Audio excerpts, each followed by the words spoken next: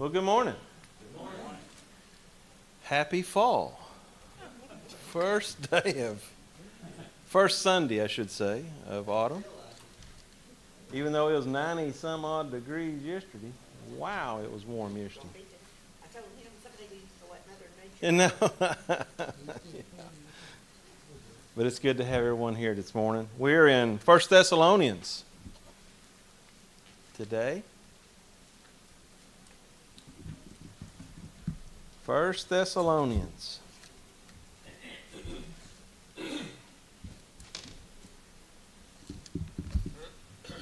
Last week we had started and we'd gotten through the first chapter dealing with Paul writing this letter to the Thessalonians here. We have to remember this was one thing that we need to keep in mind. Paul had to leave when he had started this congregation here. He had to leave about 3 weeks later after they had got it started because of persecution that had arose against Paul. And then we had talked about that last week. Now here in chapter 2 is where we'll begin at this morning. Chapter 2. Starting there in verse 1. For you yourselves know, brethren, that our coming to you was not in vain. But after we had already suffered and been mistreated in Philippi, as you know, we had the boldness in our God to speak to you the gospel of God amid much opposition. You know, this came to my mind when I was reading this. You know, usually if we have some little hiccup comes up, what's our first thing that we want to do? Throw up our hands and quit. I mean, if someone talks bad about us or says something, you know, we just don't want to hear that. We don't want to have that in our lives. Paul here is facing this everywhere he goes. Everything that he does. And I wonder about that term there that he uses. We had the boldness in our God. When you hear that term, what comes to your mind?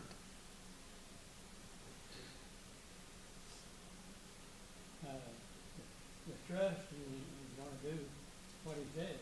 Okay. No matter what. And believing it in that you're willing, like you said, willing to spread it, even if it means harm to you. Yeah. Because you know it's true. You know, when you hear that term boldness, we don't use that much today. We don't use that term boldness. We better be that way when he comes back. Yeah. Especially in a positive sense. Yeah. I think it has more of a negative connotation today because somebody will do something and say, boy, that was bold. That was bold, you know, or they describe barbecue sauce as being bold, you know. But you think about that. Not ashamed of the gospel. Not afraid of the consequences that might arise after you present it. How many of us today is worried about if someone might get upset at us if we tell them the truth about the gospel? I might make them mad. I don't want to do that. They're my friends. Just keep that in mind. Keep that in mind.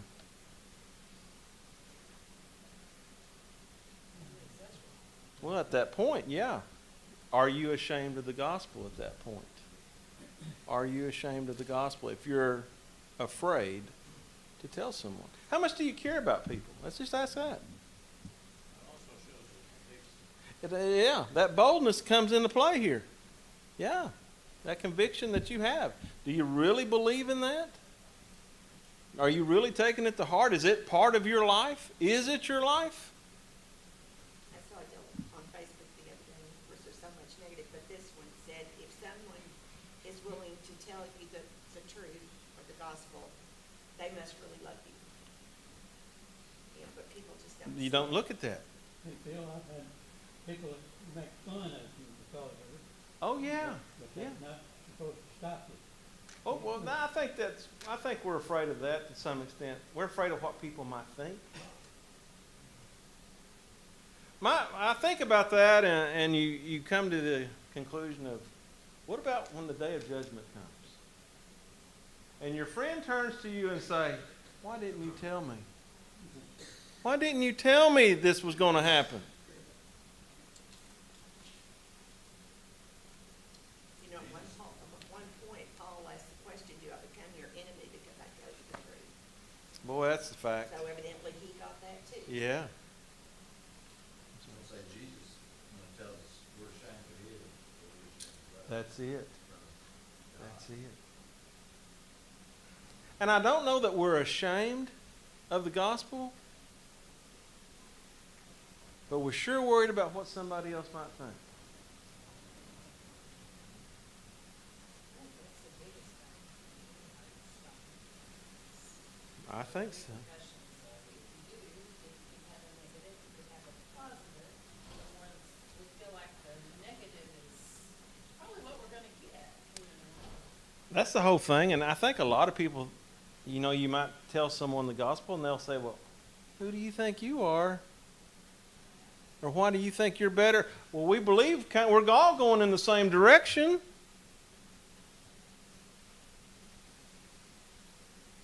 Let's continue on. Verse 3 now.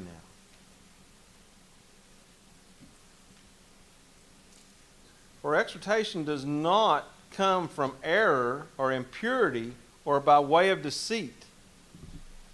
What they're telling them, the good news, the gospel that they're bringing to them, is not coming from error, impurity, or by deceit. But just as we have been approved by God to be entrusted with the gospel, so we speak, not as pleasing men, but our God who examines our hearts. Ooh, let's think about that. Is that a problem today, that we're worried about pleasing men?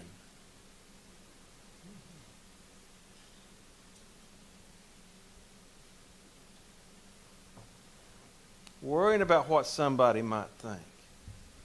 Worrying about what someone might say. Does this seem to have bothered Paul? No. He had a purpose. He had a mission to teach the Word. Yeah. Hello, Don and Rick. It's good to see y'all.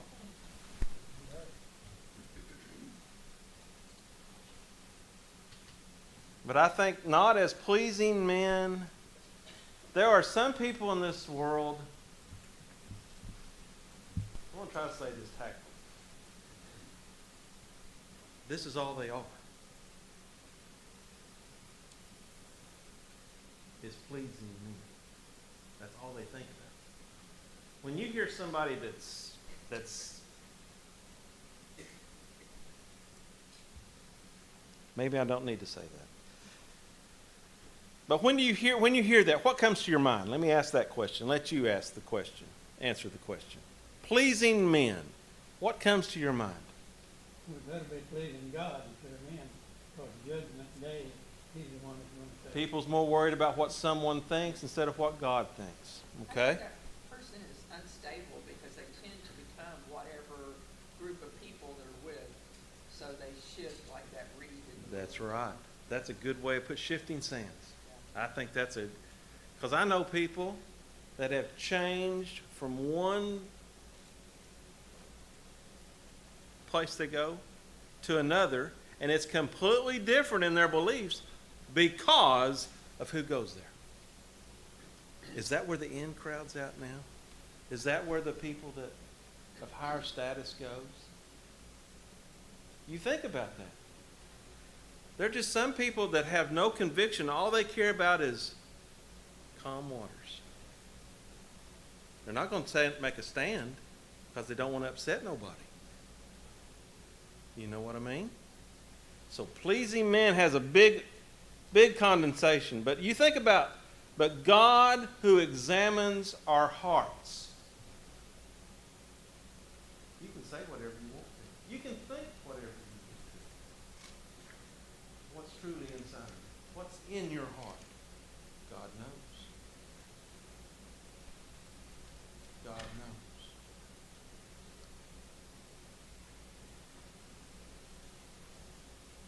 How many of us has heard the term, well, their heart's just not in it?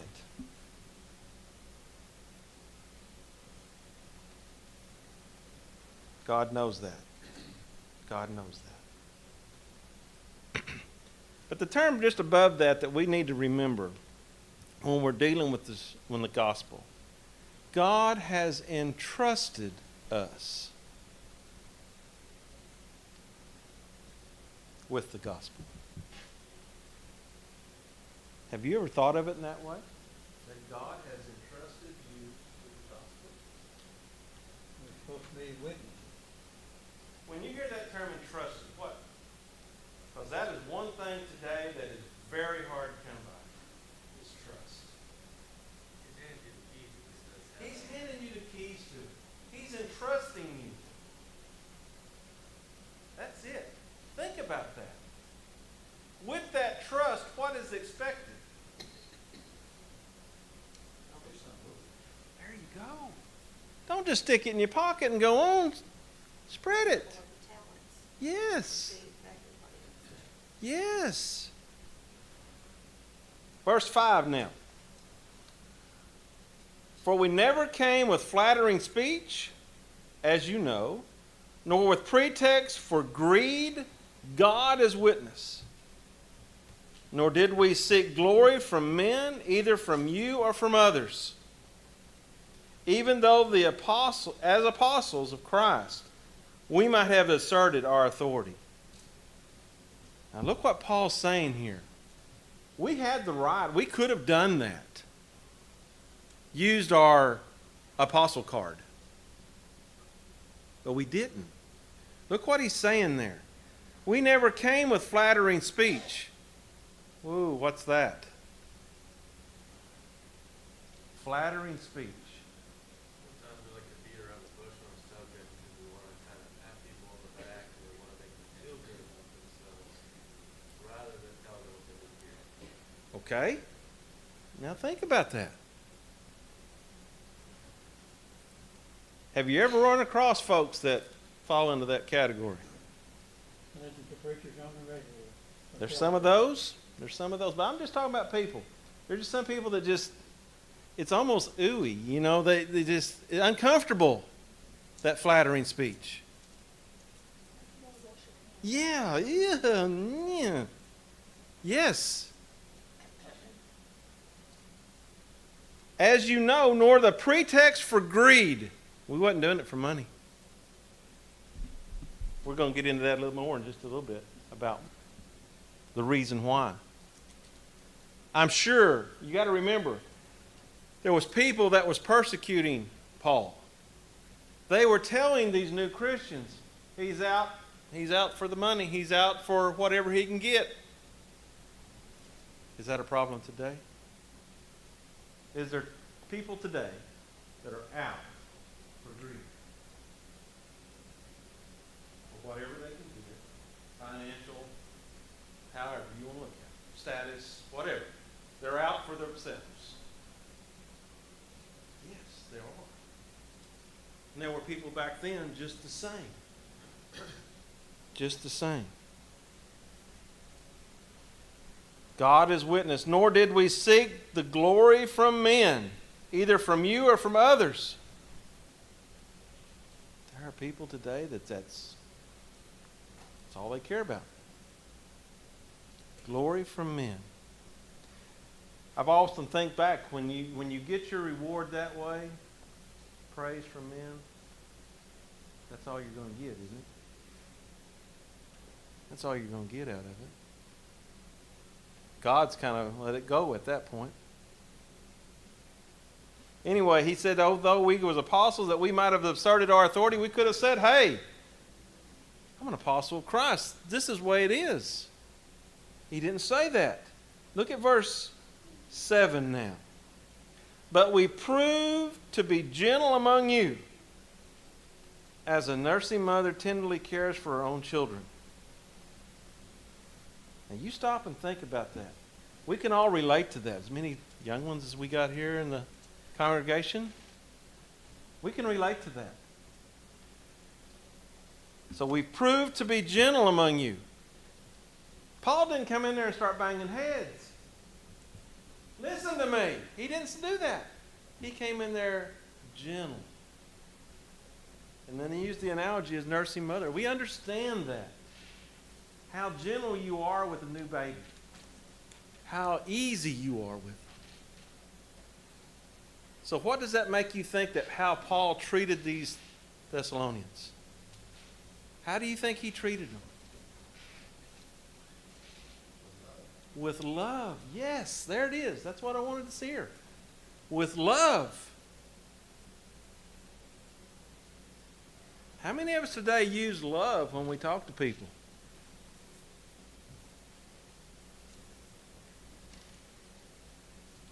You think about that. That gentleness. It ought to make us really think of how we do when we talk to people. Are you gentle? Are you abrasive? I've been around people and I've had kin that does the same thing. They'll say whatever it means, whether it hurts you or not. They don't care. They'll just tell you how it is. And I like to be known where I stand, but when you're dealing with someone when it comes to Christ, that's not the best tactic, I can tell you. You've turned them off at that point. They don't want to hear. They don't want to hear at that point without that love that is shown. Exactly. Exactly.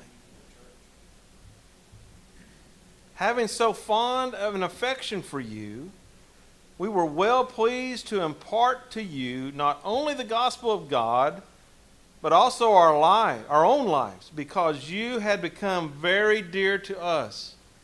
When you read those couple of verses, what comes to your mind? His relationship with the Thessalonians. What comes to your mind?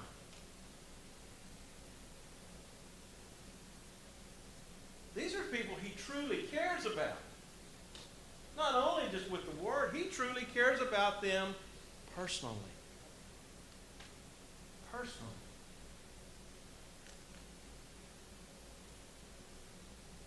Because they've become very dear to us. You know, I've often thought about this, and I've seen it take place many times. It takes time to earn respect. But respect can be lost in a matter of seconds. Let that sink in a minute. It takes time to earn that respect. But it can be lost in a matter of seconds. You know, Bill, when I think of that, I think of some of our missionaries. Oh, yeah. As most, well, all that I have personally come in contact with that go to foreign countries, and, you know, they love the people Oh, yeah. that they work. I mean, you know, you can tell when Tim comes. He'll be here tonight.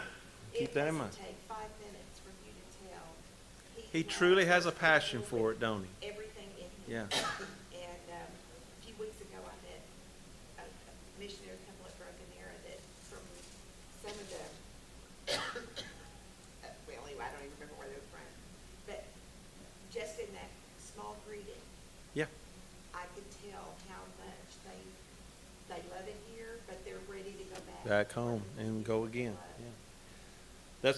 Since you brought that up, Brother Tim will be here tonight with Derek and Taboo. And so be sure and be back.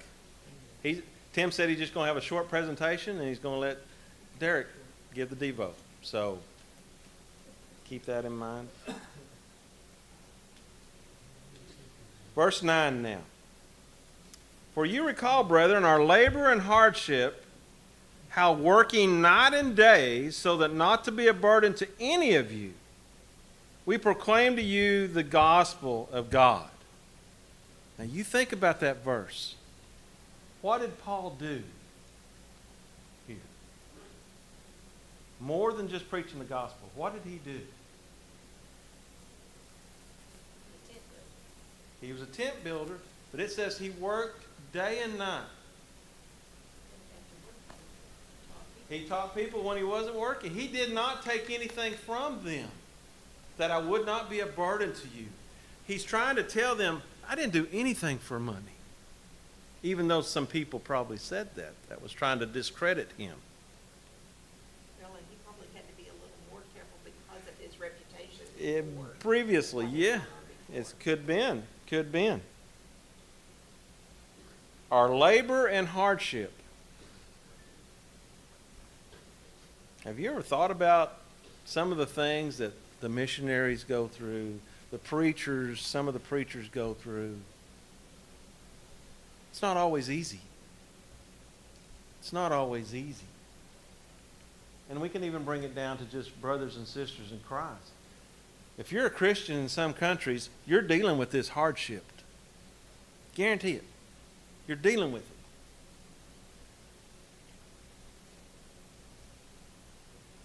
Didn't want to be a burden, so we could proclaim to you the gospel of God. Verse 10 now. You are witnesses, and so is God, how devoutly and uprightly and blamelessly we behave toward you believers. Just as you know how we were exhorting and encouraging and imploring each one of you, as a father would his own children, so that you would walk in a manner worthy of God, who calls you into his own kingdom and glory. Now, let's look at this again.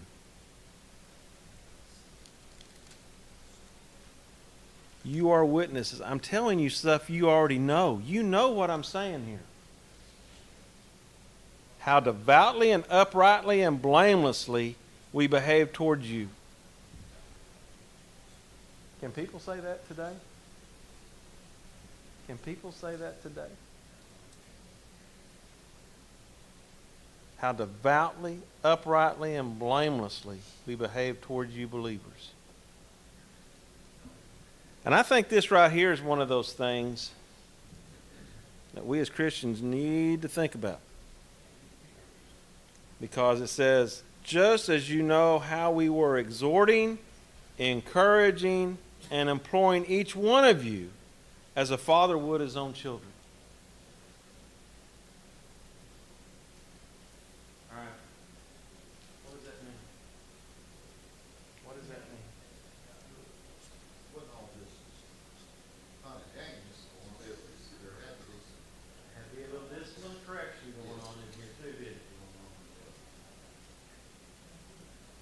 You as fathers, you know what I'm talking about. Sometimes you have to correct your children. I'm not saying that mean. I'm not saying there's different ways of doing that. But if you didn't love them, you wouldn't be worried about it. If you didn't love your children, you wouldn't worry about what you're doing. You see what I'm saying? Just as God, with these right here, shows the love that he had for them. The reason why we try to correct, the reason why we try to get them pointed in a different direction sometimes is this next part. So that they might walk in a worthy manner of God, who calls you into his own kingdom and glory. The purpose is why? Why do we try to keep everything walking in a straight line?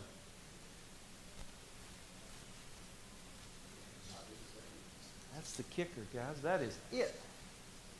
Every parent in here wants your kids to be saved, just as God wants all of his children. Think. And you want them to walk in a manner that will happen. That's what we want. That's what God wants. He wishes that no one will be lost.